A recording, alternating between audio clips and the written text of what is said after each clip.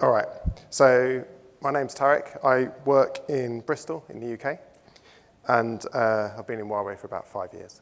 Okay, last 2 years I've been working on RISC-V, specifically for security. So the first thing is, what is a security CPU? We know what a normal CPU is, but what's different about a security CPU?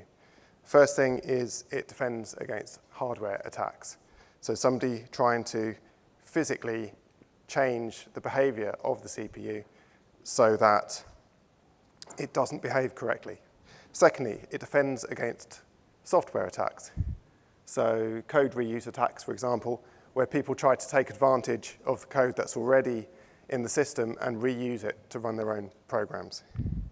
Thirdly, side channel attacks, where people try to gain information about what the CPU is doing by monitoring, such as power supply noise. Okay, so hardware attacks, what are they? So people will try and inject a fault into the CPU. For example, an electromagnetic fault, so you can place a probe over the die and try and get the CPU to change state. You can shoot flip-flops with a laser, which sort of sounds crazy, but it's real. I was quite surprised by that one. You can mess with the power supply, so if you drop the voltage, then you start to get, for example, RAM read failures, and then you're going to fetch bad instructions maybe, and then the CPU is going to do the wrong thing. You could glitch the reset line, sorry, which puts the CPU into an unknown state. Or the last one there, you could even physically modify the CPU by attaching very small bits of wire to it to try and change some state. But what's the point of all this? Why do people bother? Well, they're trying to get the CPU to behave incorrectly, so maybe they can change it from user mode into machine mode, and then they can get privilege over the system and they can run their own software, which they shouldn't be able to run. Or the other one listed there is they're trying to run their own code. Code gets signed and verified, and then obviously you're going to take a branch at the end to say whether the test passed or not. If you can fault the CPU on that branch instruction, then you can make it behave as if the test passed, but actually it failed. It's that kind of thing. So it's really about breaking the integrity of the CPU system. Some details on code reuse attacks that we need to defend against. So these involve scanning the existing program memory. glibc is a good example because it's enormous and has an awful lot of code in it. And you find gadgets, as they're called. You find small sections of code which end in a return instruction or an indirect branch.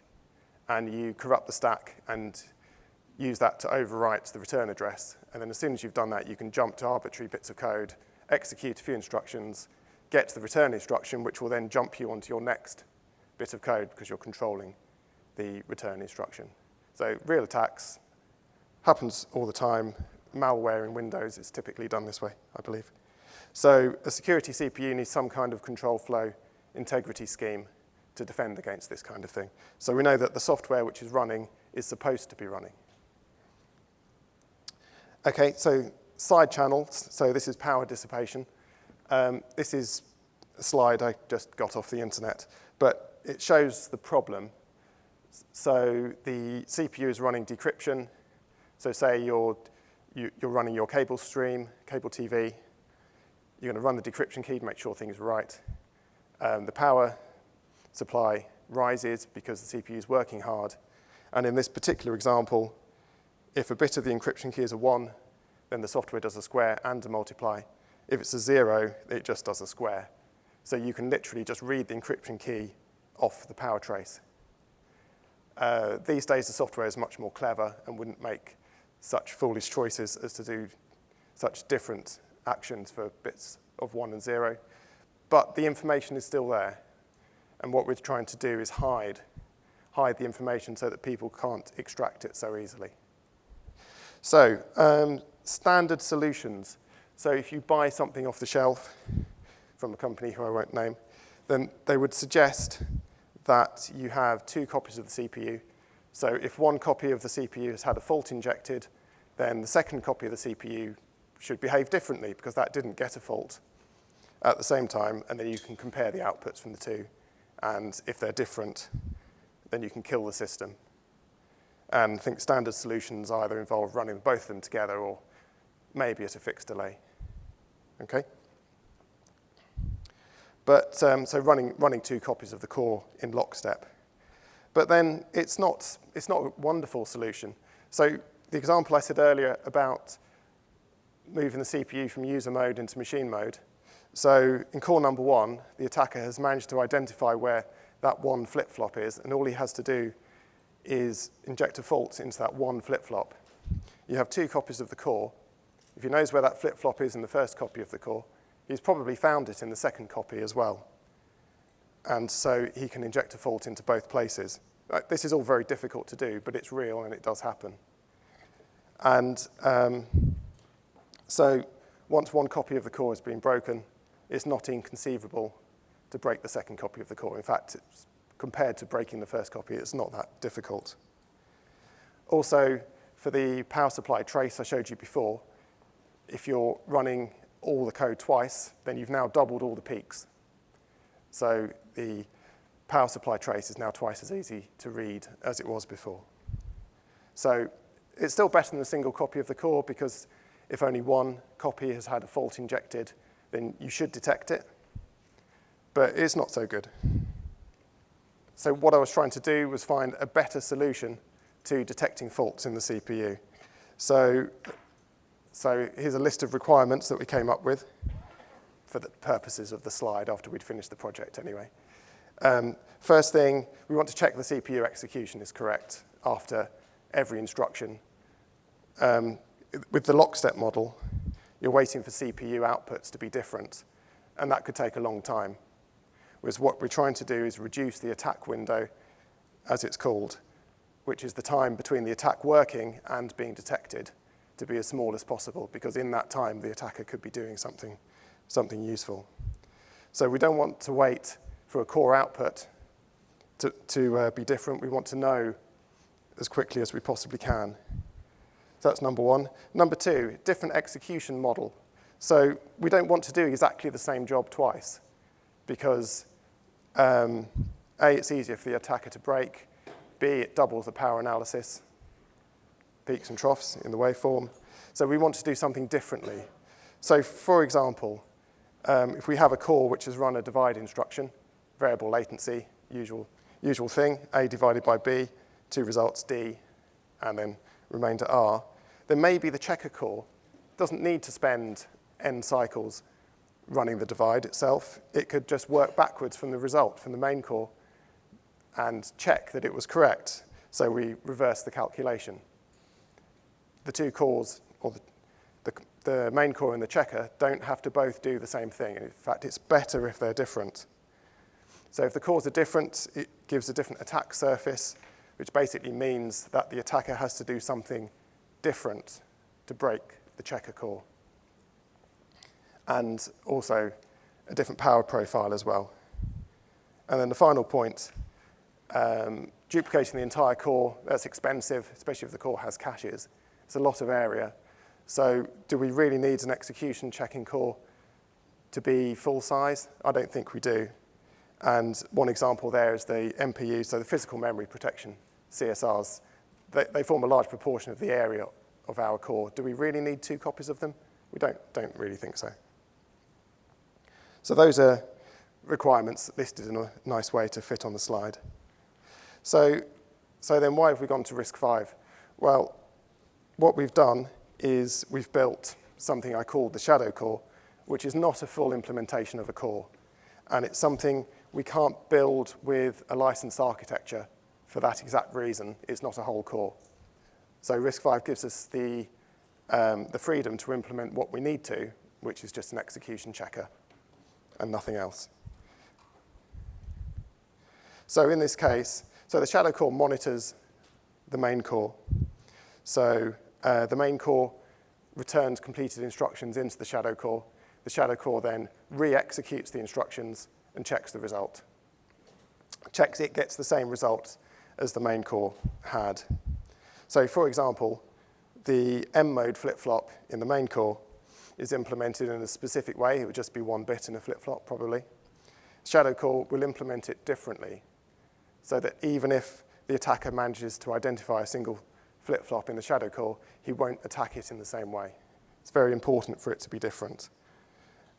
We also have a variable delay between the two cores, so completed instructions go into a variable delay buffer before the ShadowCore checks the results from the main core. So even if the attacker is managing to glitch the main core and then after a delay glitch the ShadowCore, maybe he can succeed once, but with a variable delay, he probably won't succeed again. So, and the last example, we check the execution state. So if the main core has been put into machine mode, and then the ShadowCore receives an instruction which has been executed in machine mode because we tag it with the information, and the ShadowCore is in user mode, then we'll detect the error and kill the system. So it's a much better checking model than the lockstep. Another thing, the standard physical memory protection doesn't meet our requirements, unfortunately, because we have a specific customer requirement to be able to have completely separate M and U mode privileges. So the standard PMP spec does not allow U mode privileges to be programmed without also allowing M mode. But that doesn't meet our requirement, because what we need to be able to do is allow a U mode application to run without that being able to run in M mode in case somebody has attacked the core and switched it into machine mode. So the memory regions, the code regions, and the data regions can only be accessed in user mode and not in machine mode to defend against this kind of attack. So once again, RISC-V gives us the opportunity to implement what we need to. And so in this case, we change the PMP model. Running out of time a bit. So we added an extra register, or an extra set of registers. So we have completely separate read, write, and execute permissions for M mode. So the existing permissions in the PMP CFG registers are only for user mode, and we have extra registers only for M mode. And if a region is locked, then you also lock the M mode permissions as well. And yes, when you lock a PMP entry, it doesn't modify the M mode permissions, which is what the current spec does. So there's an example. Anything listed in bold is different to the standard RISC-V. So the PMP CFG.L bit, for example, doesn't affect M mode permissions, which is why I've listed it in bold. PMP CFG X, W, and R don't affect the M mode permissions, and PMP M, R, W, X only don't affect the U mode permissions. Okay. So just a couple of examples there. So you can set it up so that you only have user mode read and execute permissions in the top example, so user mode code, and user mode read-write permissions in the second example. And so again, if the core's been attacked so that it's running what should be a user application, but the core's been put into machine mode, it won't execute. It will be detected, and it will cause an exception. Okay. Another important one is that in standard RISC-V, the memory defaults are being fully open, which for a security CPU is a bit of a disaster, really. So what we do is we reset to only a small amount of memory, maybe 2K, being readable and executable from the boot vector, and all the rest of the memory is closed, so all unmapped memory cannot be accessed. So this means that if the attacker hijacks the boot vector, the PMP will prevent them from running any code. We also added a stop instruction. So in this particular case, if software detects an error, something bad has happened, it gives a software method of killing the system immediately. So security software, which is all very carefully audited, will, for example, compare two numbers, execute a branch, at the target of the branch, recompare those two numbers to make sure the execution should have gone there. And if that check fails, it would call the stop instruction. We also modified the bus interfaces to add extra signals for security because, again, we have complete implementational freedom. Okay, just quickly, debug. Again, if we'd implemented a full standard architecture, we'd have to have full debug support, and then you're just reliant on the SOC level locking access to the debug port, which is probably the JTAG. Because we're not following a standard architecture, we can detect any access to the debug module on a part which has had a fuse blown to say it's only used for production. And then we can detect any access and we can kill the system again, which is much, much safer than just relying on the SOC level not to pass on any debug traffic. So we can detect any debug traffic and kill the system. Because if somebody does manage to unlock the JTAG port, they can just read out all the information because the CPU is in debug mode, everything's open. So the CPU defends itself against that. Another couple of things, code profiling. Code profiling is bad because we don't want anybody to be able to monitor what the CPU is doing and get statistics about the code that's running. So we just don't implement any of that at all. Again, architectural freedom to do what we like. And I think the final one is non-maskable interrupt, which we don't implement because if somebody does send a non-maskable interrupt, there's nothing we can do. And then you can just run software from the handler. It's too dangerous for a security CPU. So that's not an option at all. We just removed it. So as a summary, the main core and the shadow core both execute code differently, different implementations. They have different power profiles. There's variable. We have variable execution power. So if you're just running a loop, you should get different power dissipation for every iteration of the loop. And it will vary differently between the main core and the shadow core as well. It's to confuse the power profile. And we also implement consistent instruction timing to avoid any timing attacks. So in summary, RISC-V has helped us be successful against hardware attacks because we don't have to use lockstep execution. We can implement a checker core, which is a huge advantage. Against software attacks, we've implemented our own control flow integrity scheme, although I'm not giving any details about here. It's our own custom design. But there are many, many different CFI schemes available in academia.